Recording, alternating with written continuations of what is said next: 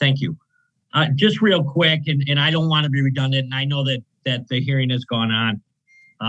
So to Mr. Fisher and probably to Ms. Payne, there's kind of these stories that have been swirling for some time now, that there was kind of this cottage industry that was created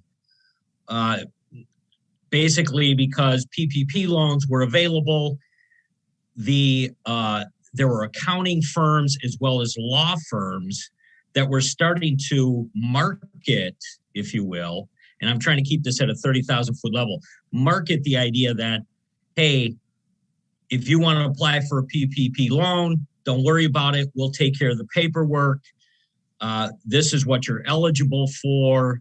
And then once the PPP loan was granted, then on the back end, there would be legal fees that were charged for some of these, or certainly with some of the CPA firms, there was billings that were done on the back end. And I bring this up, and like I said, I'm trying to keep this. I'm not necessarily making the accusation, but it's out there. It's very much out there.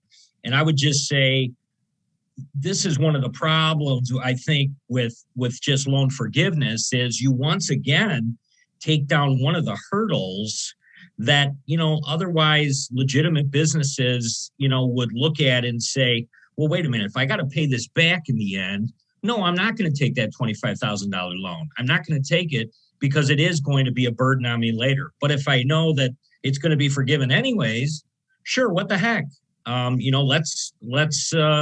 Let's make this arrangement now with a law firm or a CPA firm, and suddenly you find yourself in a bad spot. And I'm just worried that this cottage industry was created, and that if we don't kind of keep this in check, it could go wild. And I'm wondering if you have any comments on that, if you saw any of this type of practice going on, and in my mind, it's it sounds like criminal activity, but very hard to define and very hard to nail down.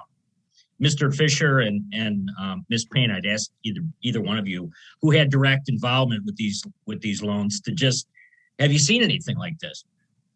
Yeah, we did have, accounting firms and lawyers that were working with customers, but they were all customers that were known to us. Actually, we actually brought in, I think 40% of the first round of PPP loans were new customers to our bank, but most of those were not necessarily referrals from attorneys or accounting firms. They were, the borrowers coming to us directly. I think there was, we had a couple accounting firms that maybe referred a deal over, and I think they thought they were entitled to some of the fee that was being generated from the PPP loan, but we didn't have any type of an agreement signed with them for, sharing those fees. So we didn't really see anything that you're talking about as far as fraudulent or, the type of activity I think that you're talking about. I haven't seen it, so I don't know. And I would add, we really didn't see any of that, and we saw really anything from accountants or anything of that nature. We talked more to accountants, more on the forgiveness end of things than the early stages because of the complexity of sometimes of the documentation that they had to provide for forgiveness. But we didn't really see anything of what you're speaking to. We didn't have any familiarity with that. Ms. Ward, are you aware of anything along those lines? We really didn't see that in our PPP lending either. We saw a lot of technical assistance being provided by accounting firms and small business technical assistance providers, third-party payroll processing companies. We saw step up and provide reports for their customers to help them calculate the loan amount.